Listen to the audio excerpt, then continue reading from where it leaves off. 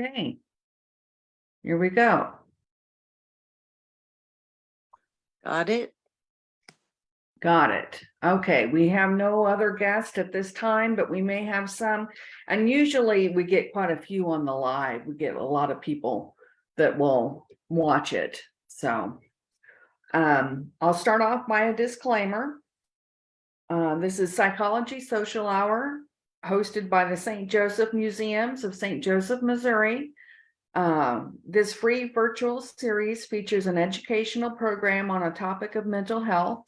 This event is for generalized information and is in no way a form of diagnosis. Please consult with your doctor or therapist for specific medical or psychological advice. We are merely starting the discussion to help destigmatize mental health. Mental illnesses, symptoms, diagnosis, and treatment methods are all a highly individualized process.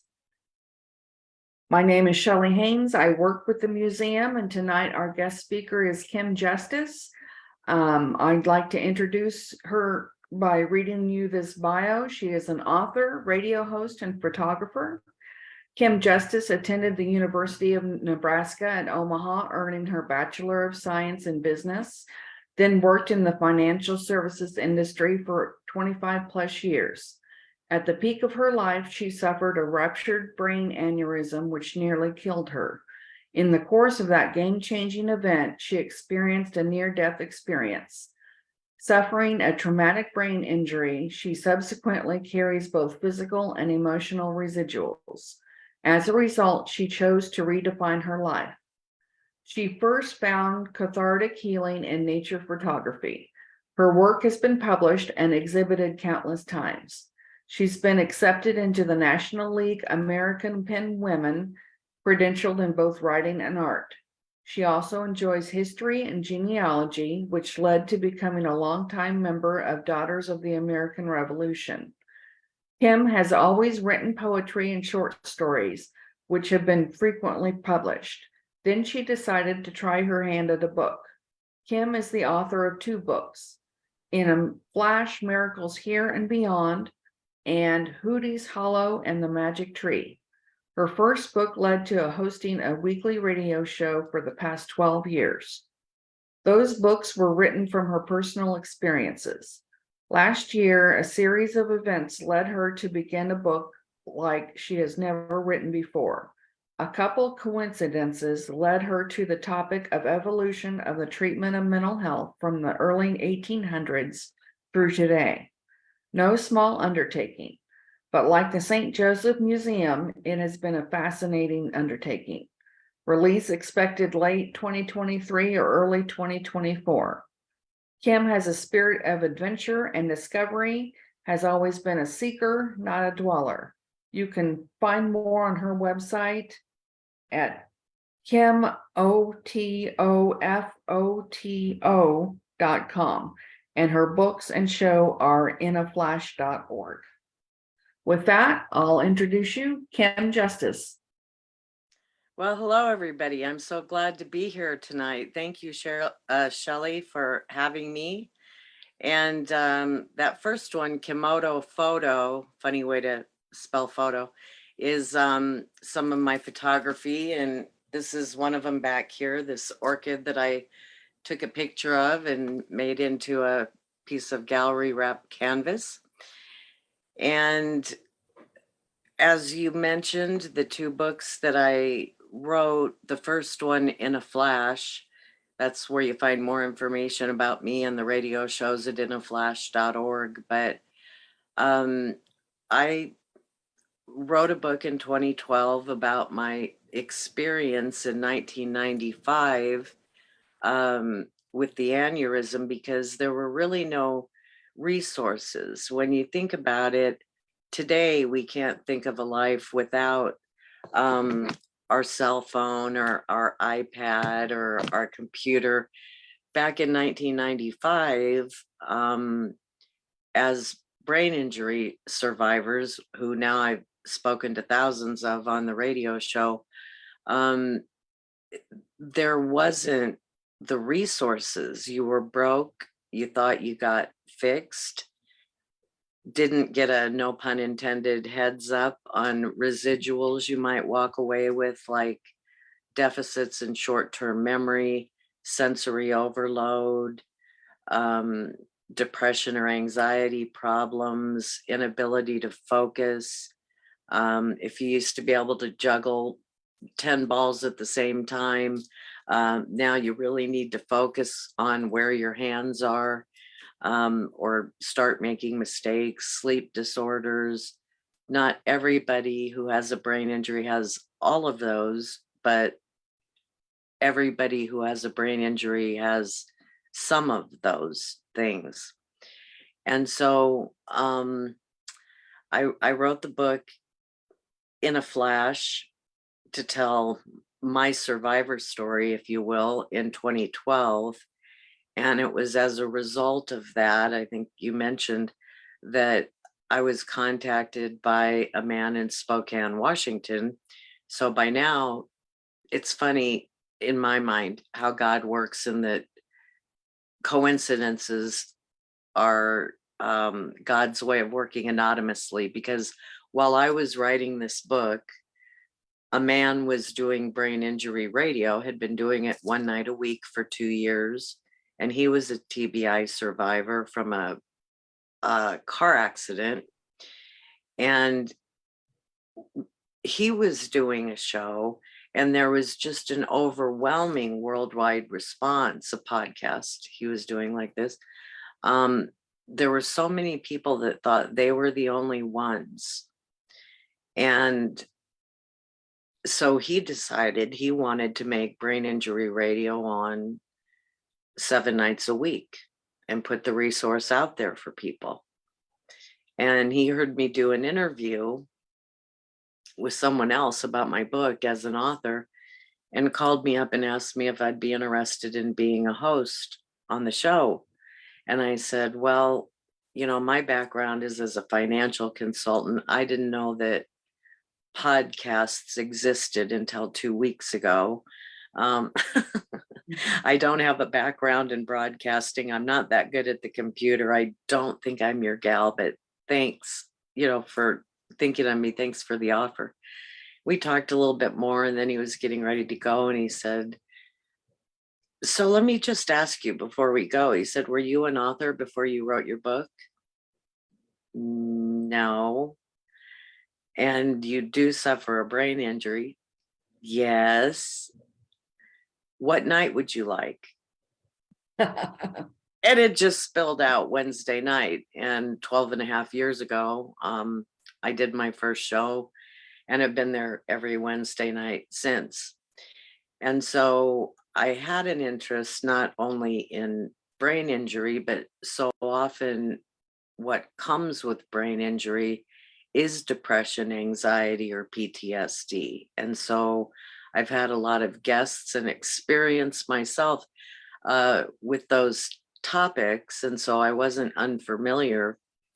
But the reason writing this book came up, and Hootie's Hollow is about an owl that lived in our backyard. So the 2 books I've written were my personal experience and pretty easy stories to tell, because they're my photograph memories that I wrote down. But my husband and I, it was last year, right? Yeah. Our anniversary is the first week in May, and we went down to Eureka Springs, south of you. Have to drive right past you in St. Joe's to get down there, and had a vacation. And on our way back, we, again, coincidence, we stopped to get gas at what happened to be your exit. First of all, I was surprised. I've lived in this area my whole life, and there used to be one exit for St. Joe, Missouri.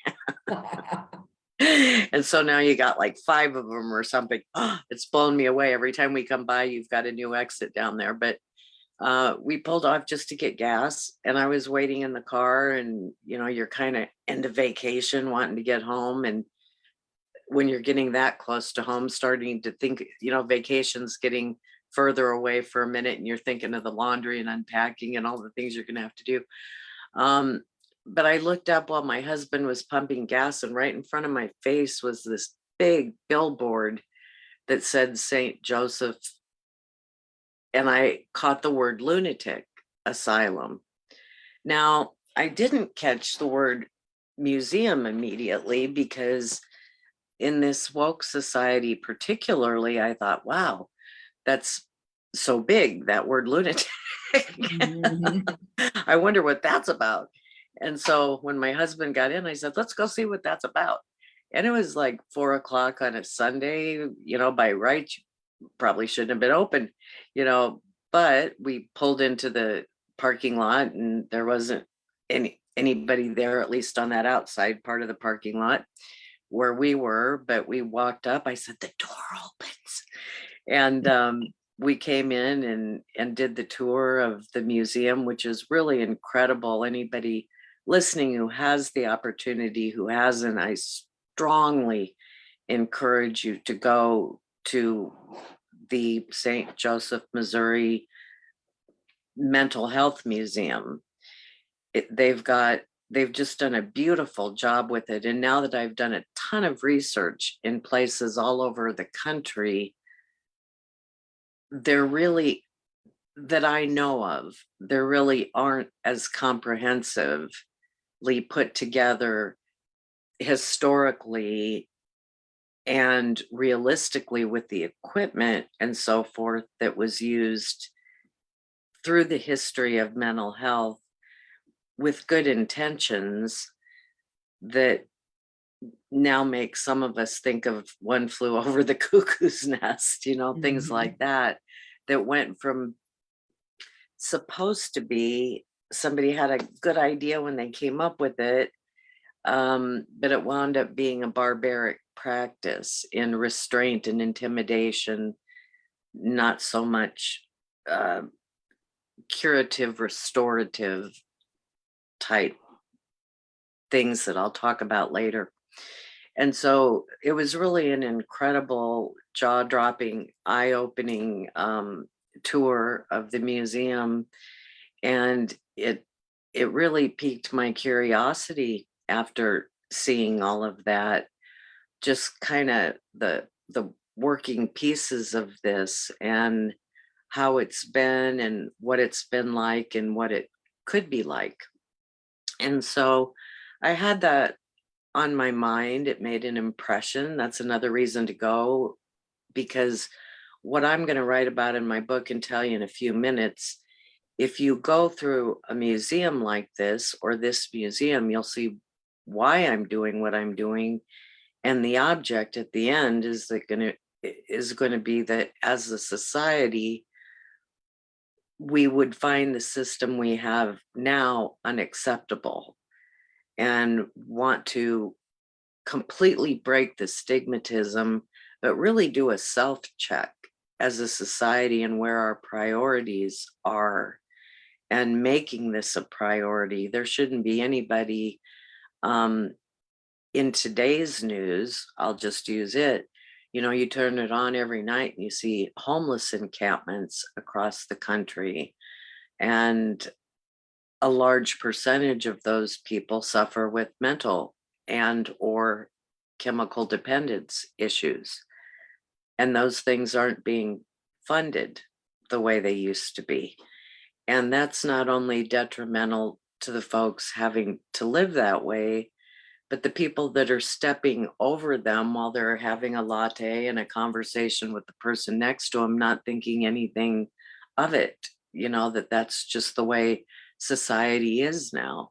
The way that we treated it in the old days, going back to the 1800s, is that anybody, even if they had epilepsy or developmental disability, perhaps some kind of handicap or mental illness that was exhibited in a way that people could tell, it made people uncomfortable and they didn't want to deal with it. But what they did back then was out of sight, out of mind, put these people away, that made society feel uncomfortable in either private hospitals, if you could afford it. There were a few of those, or almshouses, poorhouses, or they wound up in jail. Sometimes they would be chained in barns of yours or someone else's. But basically, you just hid the problem and denied that it existed. Today, it's almost more appalling to me that we know the problem exists, but we're either not looking, or we're looking to someone else to fix it. And I think collectively as a society, we need to care enough to be all over our politicians about changing this, because it's not a new problem. As I found out through my journey in writing, and I'll talk to you a little bit about that, this has been going on a very long time with a lot of false starts. And like I told you before the show, the excuse then and the excuse now is understaffed, underfunded, overcrowded. And therein, to me, lies the answer in those three things. It doesn't, yes, it's complex, but it's three things. You don't overstaff, you don't overcrowd, and you put the proper funding in place to handle mental health. However, you have to do that. You keep the carrot right there for those three items. And to me, that's part of the solution. And, what I said at the beginning of my book was, again, going back to the woke society now, you've got a lot of groups with a big voice out there getting attention right now and demanding change. And it's funny to me, both as a brain injury survivor and when we talk about mental health, pardon me, that within every one of those groups talking the loudest right now, getting the attention, they all have people with brain injuries, some kind of TBI, people with some kind of mental illness. They all do. And the only reason I can say that with absolute certainty is because the numbers are so huge for both. There's over 2.5 million brain injuries annually. Mental health, you could speak even more to that, but I think it was something like 82% of those people that you find homeless and in prison right now have some fashion of mental health issue. And so those are huge, huge numbers and demographics across the board. And yet those people, one way would be if those people had a voice within these other groups, because they are their members, in every category that's getting a lot of attention right now. They have their own, they might help. But, if you're not even going to help that group of your population, the voice is what's missing then for the mental health community. And you can try, and I can try and have guests on my show and we can talk about it. But what has worked is a collective voice. And that means all of us writing to our legislators, calling our legislators, jamming up their phone lines and demanding that these things get handled. And I told you a story. The second part of why I decided to write the book was not only going through your museum, but we had been home a few weeks, and I was sitting there watching the evening news, and there was a huge expose in Glenwood, Iowa, which is across the river from where I live, maybe 45 minutes, 50 minutes away. They had been a mental health center, and because mental health funding has gotten cut so drastically, a lot of the facilities once used for mental health are now used for people with disabilities, developmentally disabled, perhaps, in this case. And what was happening is that the FBI was swarming this place because complaints had been sent in about human experimentation going on with these children at the Glenwood Regional Center. And one of those within the experimentation was sexual experimentation. And it went into some really disgusting, scary, unacceptable territory when they explained it. And the FBI found it to be true, that it was all true. The complaints that they heard, they had all the evidence that they needed, and we're talking about that on the news. So it was a big story. One of the reasons you won't get people in Glenwood to talk about it, I did find some, but it's hard to find them. You would think they'd want to be shouting from the rooftop. But the regional center, Glenwood is a small town and they're the main employer. And unless Glenwood can get a Walmart or some kind of a factory to come into their city, if that regional center pulled out of town, you know, Glenwood might be one of those little towns that blows off the map, you know, so people aren't speaking up. Now, the governor did, I thought, a really good job of talking about a mental health care plan, because this made a lot of noise here in the Midwest because it was so horrifying to think of it happening to children, happening to me in this day and age, after seeing your museum that goes way back in history. Some horrible things were going on, but I'd expect better in 2023. I wouldn't think things like that would be going on anymore. So it made quite a stir in the media. And then the governor did decide that they would close it.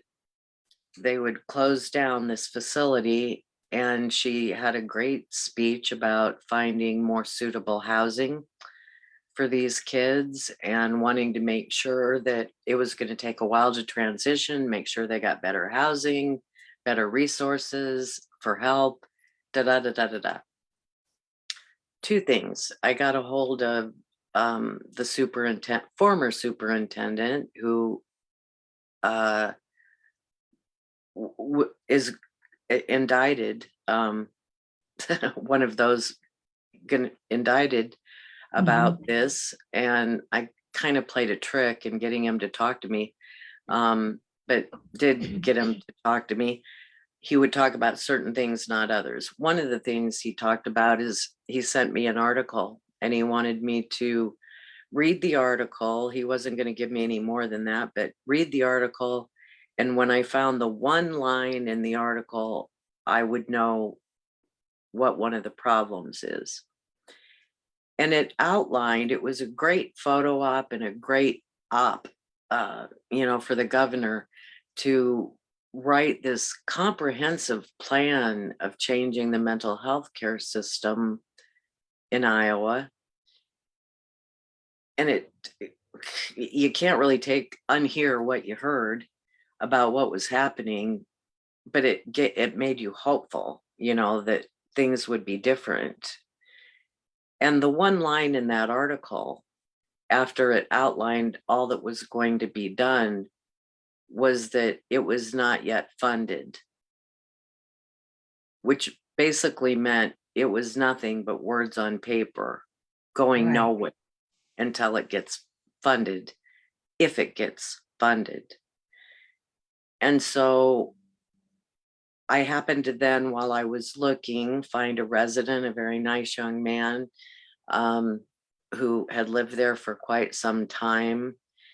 And he was willing to talk to me, not using his name, but he told me that there was another center like that about 3 hours east, closer to Des Moines, much older, has had the same kind of complaints, not in as good a shape, and that what I had read in that article was not only wrong, that it wasn't just that this great new plan wasn't going to be funded, but that all of those residents, the plan then, according to a resident, is that they were all going to get moved 3 hours east to the older facility that's been accused of having the same problems Oh my. and the same kind of abuses going on. So back to back, seeing your place and then seeing a story live in 2023 going on, I thought about a couple of things. One is that back when your history starts, they didn't distinguish between people with mental illness and people who might have epilepsy, people who might have a developmental disability or some kind of other disability. They were all clumped together in these facilities. And so some people, if they didn't have a mental health problem before they got there, they added it to the problem eventually. I'm sure it germinated into some kind of a mental problem, anxiety, depression, whatever it might have been, on top of being developmentally disabled or having epilepsy or whatever got them there. It wasn't until much later that they broke the groups out a little bit, so that you were treating people that were developmentally disabled and treating people with mental health. And then you got things that muddy up the water, like chemical abuse dependence, dependence, drug and alcoholics. That adds to any mental health problem. It certainly doesn't help. We use the phrase on the show sometimes, self-medicate. That doesn't help. So anyway, I decided that I wanted to write a book. I wanted to know more about the evolution of mental health from what I learned at your museum. And in fact, my book tacks along like the history on one of the walls of your museum. I talk about the problem in the beginning, in the preface, and then my first chapter, I believe, is called Good Intentions. And that's where I talk about Dorothea Dix and Dr. Kirkbride. And that was another coincidence, if you will, because Dorothea Dix was a school teacher. And over here is Dr. Kirkbride in Pennsylvania, right? You'll have to check me on any of these things. And she eventually wound up in New York. The first hospital was in New Jersey. But anyway, Dorothea Dix was an activist. First, she was a school teacher. And then they describe her all over as being sickly. And the sickly was at least one of the things is she had problems with depression. And she wound up stopping teaching and living with her wealthy grandmother. To make that short, I'll just say that her grandmother thought maybe she should take a trip to Europe, that maybe it would give her a new perspective and, just help relax her and get away for a while. And so she did go to Europe, and she got in with a group of people. The Rathbone family was one of them, but they were working on the lunacy reform policy. They believed that people with mental health issues deserve to be treated humanely and as people, and not objectified and hidden away or warehoused or treated with restraint and fear Mhm. that there should be something more curative and a more humane approach. And that lit her fire. When she got back to the state, she visited prisons, she visited private hospitals, and she was just appalled at the state of the people that were the patients, the inmates that were there, some of them unclothed, no hygiene at all, nothing that was curative or restorative in nature, simply being warehoused, being mistreated, being abused. And she wanted to do something about it. So when you hear, I talk about the collective voices, and that is really necessary, but it starts with one, and then the ones start multiplying. And you think about the time back then, and this is like around 1837 ish, a little bit later than that. Women couldn't speak in front of legislature. They couldn't craft a piece of legislation and then go present it. Women weren't allowed to do those things yet. So she had to find a guy who would present her legislation. She came up with a plan formulated on that humane treatment for people with mental health, and had some ideas of how that could be done. And she wound up, this man presented her legislation and prevailed. There were, I think, 18 states initially who went for it and were willing to provide funding. So then how do you do it? You've got the money now, you've got the funding. How do we do it? Well, here's Dr. Thomas Kirkbride over in Pennsylvania into moral treatment for people with mental health. And as you know, he came up with an architecture, again, way ahead of his time. There was there's a good number in here. There started out to be, how quickly these grew. 18 Kirkbride hospitals, and I'll tell you about that in a minute. And within 10 years, there were about 200 of them. But basically, he had thought out a plan. It's feng shui, actually. But he believed that his building was a certain kind of architecture, which I was interested in. It starts with a clock tower, normally in the middle, and then coming off either side are what they call bat wings, or an architect would call it a line approach, but that off of the tower comes staggering wings.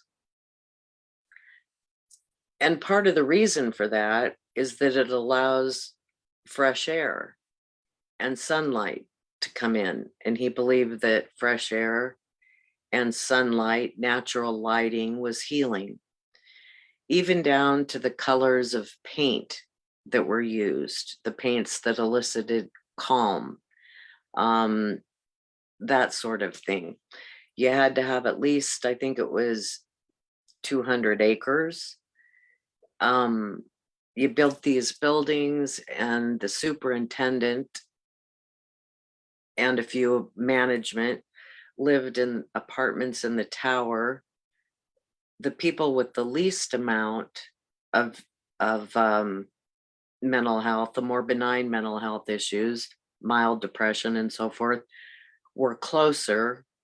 And the further you got down this huge building, as long as a football field, the worse, the more chronic and the worse the conditions were of the patients. They put men on one side, women on the other initially, and then they built more buildings for the elderly and children later on. There was a ton of green space. He wanted it out in the country because of the green space and the gardens and the chance for people to get out, enjoy the fresh air, and from what was distract from their pathology to something positive. And we talk about green space now, that's all we had before. And now, we've got concrete jungles all over the place, and they take out a little piece of grass and a new tree. And it's like green space is a new concept, for everybody now. But um, it had to be close enough to a city to get supplies, but a little out of the city to escape the chaos of the city. And they would have music shows, talent shows. Another thing he was ahead of his time on was the therapies, very active therapies now, at least in brain injury recovery. I hope in mental illness, is art, music, art, the arts, acting, doing plays, doing things like that, things people can get excited about and tap into their creative force. It's very rejuvenating and empowering for people to do that. And so they'd usually have a theater there, and a farm. They made their own food. So nutritious eating. He also knew that nutrition and exercise were things that kept people more mentally healthy and stimulated, that the more you could do that contributed to your overall health, the better off you were going to be. And so they really were a city in and of themselves. They had their own crematorium, they had their own cemeteries. And of these couple hundred Kirkbride style hospitals that swept across the country, there's only a handful left. And I believe you guys were a Kirkbride at one time. Yes. And I will just say the ones that I know of, because what's left, a lot of the buildings that were Kirkbrides have just left the clock tower or a part of what this huge thing I'm going to be writing about is. But you can actually see, like, I don't know if you know this, but Clarinda, Iowa has an intact Kirkbride. It's a very small town in Iowa. We found it when we went to, I looked up remaining Kirkbride complexes, buildings, and Clarinda, Iowa closed theirs last year. Wow. And no one will talk about it. No one will talk to me about it. It's a tiny little town. Their Health and Human Services, their mayor, nobody will talk to me about what the disposition of the place is going to be. The prison is still open, like at your place, but the compound is completely intact. And wow, when you pull into the driveway and see the expanse of a fully formed Kirkbride building, and it's empty, there's nobody there. They cleared it out last year, and nobody's talking about what the disposition of it will be. And with many of the others around the country, and it's really sad, there's a bunch of YouTube videos if you look them up, but all over the country they were abandoned when they quit getting funding, and the earth has wound up eating the buildings, which, what a waste of an amazing amount of space and architecture, especially when you look around at the homeless people, and living in tents now, that these huge buildings were just allowed to be vandalized, squatted in, and eventually eaten back by the earth, trees and vines and things, and a telltale sign of these. But Clarinda has one, you can't go in it, maybe you should get a hold of them. See if there can be another museum up there, or you ask them what the disposition of it's going to be, you know, that you're another Kirkbride. I'd love to know what they plan to do about it. But Trans-Allegheny, which is in West Virginia, they have an intact Kirkbride, and it's used for a very wealthy man bought the works, all the buildings and the land, and have left it intact, and it's used as a destination kind of thing. You might see some Ghostbuster or paranormal shows on, and they allow people to spend the night with their paranormal gear. Their biggest thing of the year is their Halloween party. It's a big masquerade party where people come in. And so, and they'll have art fairs out on the grounds and do the things that they can do to draw people to the destination. It hasn't become a hotel or anything. There are supposed to be a couple haunted rooms. They do tours of the building, which is great. If you have the opportunity to see an intact Kirkbride building, I would encourage you to do that too, because you can see how things were done, but you can also see some amazing architecture and a plan that went for so many years, you know, as a treatment facility modality. But what happened? So I write about good intentions with Dorothea and Kirkbride wind up meeting. She's gotten the funding. He's got the idea of the ideal treatment plan, and a marriage, not literally, but figuratively, is born for treatment.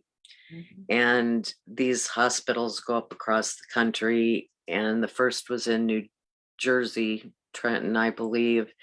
And Dorothea was getting pretty weak, more depressed. They wound up giving her a room, a nice room, I'm sure, that she lived in until she finally passed away. When she was in her 80s, she actually lived in one of the hospitals. But the two of them getting together was the advent of the asylum moral treatment phase of treating mental illness. And what could happen when your intentions were good, were so good? I took a piece out of, this is on the internet, Trans-Allegheny Lunatic Asylum, Reasons for Admission, 1864 to 1889. I'm going to read you a few of these, but you can see how many there are. That's one thing. The Civil War started. That's another thing. So when I say good intentions, what could go wrong? What went wrong initially was getting overcrowded. So it was all they could do just to get people fed and get them to bed, and anything about restorative treatment kind of went out the window because there was just too many people.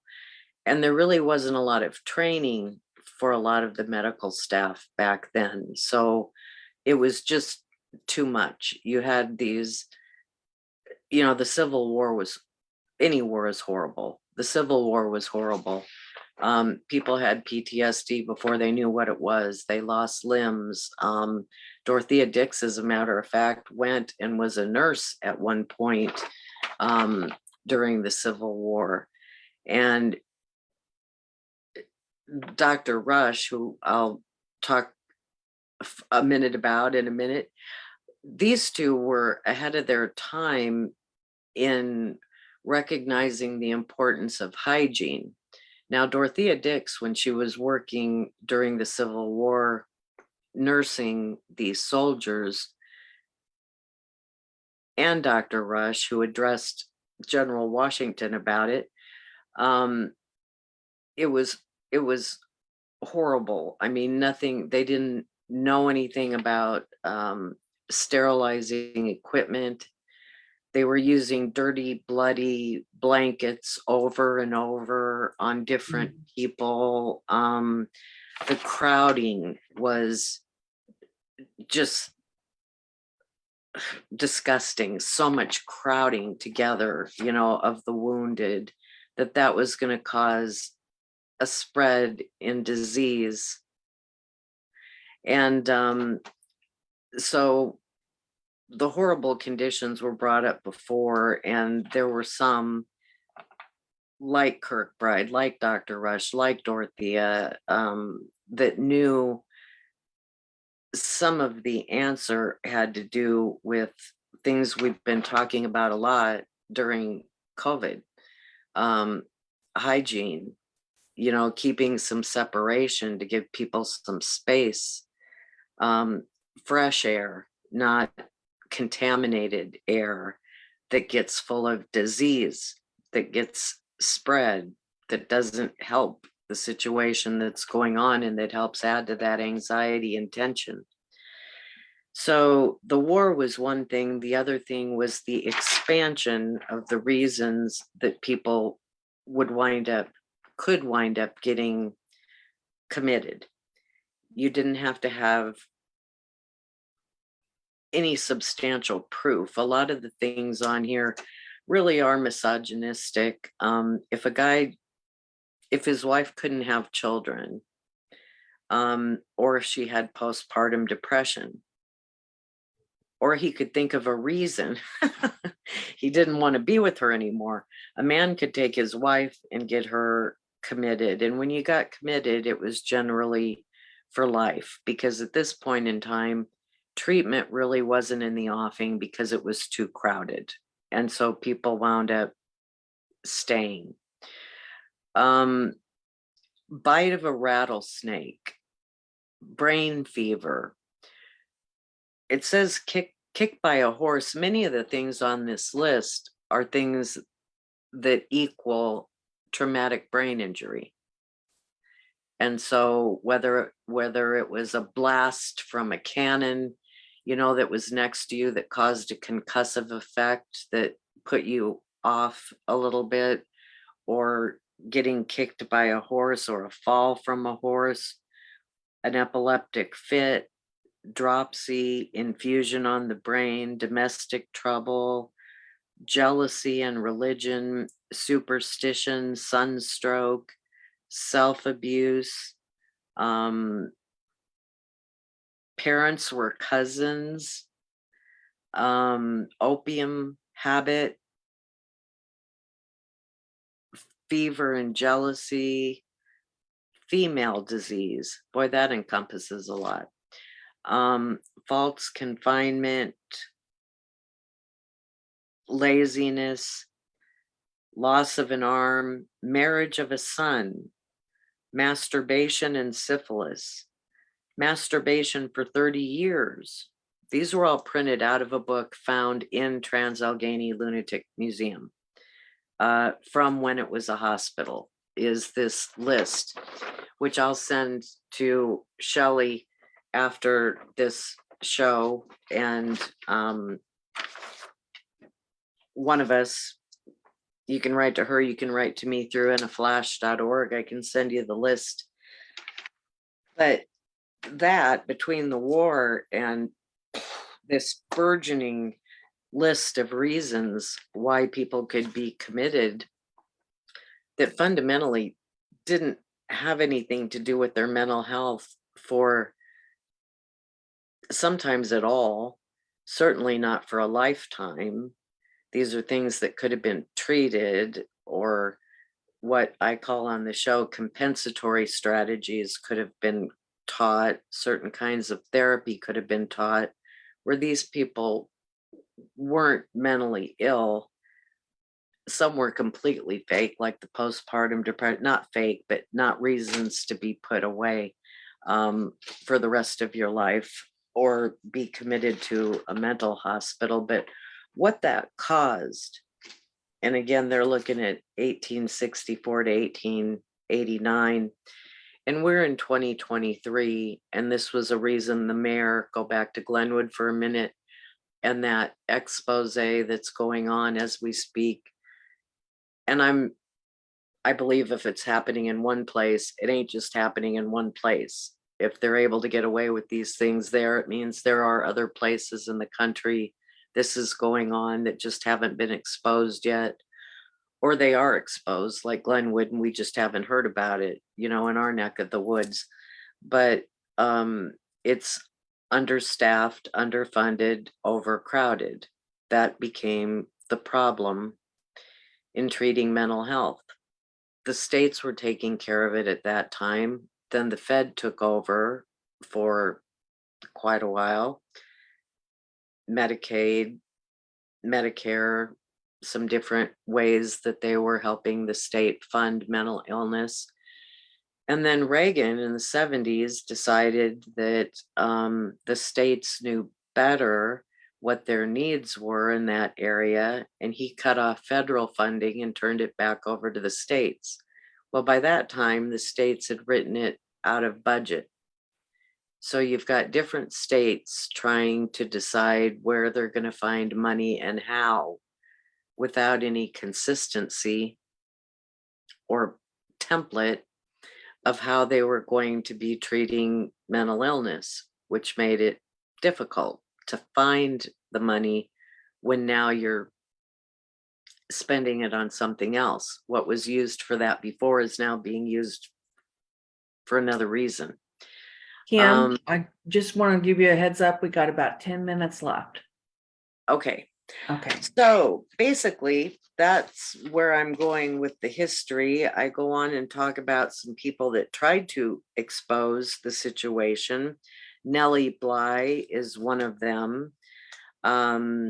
You have information in the museum about Dr. Benjamin Rush. He was the father of psychiatry. And he's got a really incredible story that I'll be writing about in the book. And then I've talked to people who both were employed and patients in asylums before they closed. You've got to think that Cuckoo's Nest, that movie was on, I don't know how many years ago, but there are some places. There's one in Tennessee, Bouvier, you have to know French, still up and running the way they were before. This one in Iowa that closed down last year, there have been asylums still up and running and as the treatment modality up until a couple of years ago. And so my thought, that's kind of the track I'm going on, is the evolution of the history and talking about integral people.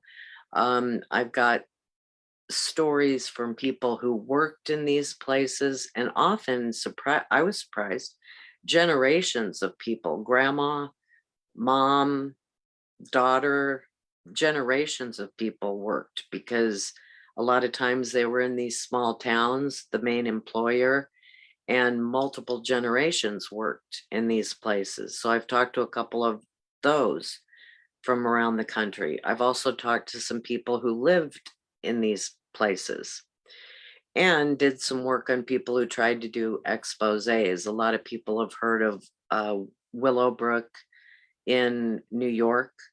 That launched Geraldo Rivera's career, that particular story.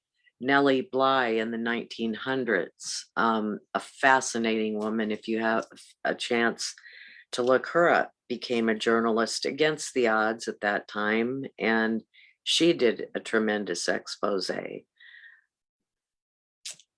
Nobody famous did this expose, just the nightly news in Iowa. But my object in laying out the history is to show what it was like, what's happened, how it's evolved, and where we're at today, what the needs are. I don't have a solution for the problem, but I have some suggestions for the problem. After we went through the different treatments, which I'll talk about in the book, from straitjacket to tranquilizer chair to shock treatments to lobotomies. And I do have a story about an interview. I spent hours with William Dully, who you've got featured in your museum, in the last batch of people that got lobotomies. And the youngest, he was 12. I wrote about him. Is we went to me, we went, the new asylum is prison or a tent city, and the new lobotomy is big pharma. And it was Thorazine, I think, that came out around 1950 that kind of trended out lobotomies and the physical treatments that were going on before. And we're still in big pharma as the treatment for mental illness and everything else you could possibly have. We're the most over medicated country in the world. And so what I would like to see is not only, I feel the answer is fully funding, not overcrowding, staffing properly with people who are trained properly, and transitioning into what I would call behavioral therapy, which would include things like programs like cognitive behavior, CBT, cognitive behavior therapy, or there's a variety of programs that have to do with, the 12-step model that's used by AA. 172 other factions have gotten permission from National to borrow the 12 steps and adapt them, from sex to gambling to everything else you can think of that has to do with addiction disorders. There are a lot of templates out there that are not drug related that go back a little more. I'm not saying there aren't some people that need to have drugs. There are. I'm not saying that there aren't some people that are going to need to be confined. There are. I'm hoping we can find some mercy in the way that we do that. But what I'd like to see for more of the people than not is that the medication doesn't help. You're just depressed on medication, accumulating side effects. And so I really think behavior that we could transition over from being the pharma generation to finding adequate behavioral changing treatments, which would include talk therapy, psychotherapy, but also more art therapy, the art, the music, the performance arts, and then skills training, mindfulness. What they were doing with the lobotomy is severing the frontal cortexes, which made people have erratic behavior, not be able to make decisions, not be able to focus. These behavioral programs that they have for people who've got traumatic brain injury, or people, Marsha Lanahan was CBT, came up with CBT. Things like that, when treated consistently, are ways that can teach people to have skills to empower themselves to work through their mental illnesses, and without having to be as heavily medicated, and to hopefully find a life worth living. And for that, we need to have a collective loud voice as a society. Again, double check ourselves. When we think it's not our problem, it is.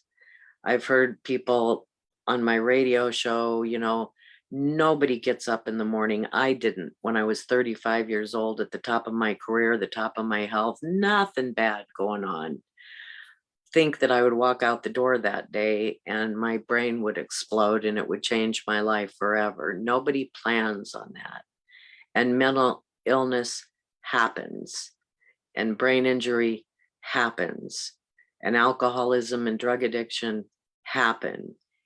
and it does happen to you. It's not someone else. It's someone in your family. It's someone you know. It's a societal problem. And I think we need to all take responsibility in that, or the effects become our problem. So, Yeah. Thank you so much, Kim. You have learned a wealth of knowledge in your research, and we certainly look forward to getting your book. thank you. We certainly appreciate it. Feel free to reach out to me at any time, especially when your book gets published. We'd love to carry it in our gift shop. And best of luck to you. Thank you so much. Yes, I would like to do that because it'll be probably about a year before it's done. I'd like to come back when the book is finished because I'll be doing a lot more research and maybe even have some better ideas to share. But thank you so much for having me. I appreciate it. Absolutely. We'll look forward to it. You have a All good right. evening, Kim. Thank you. You too. Bye-bye. Good night, everyone.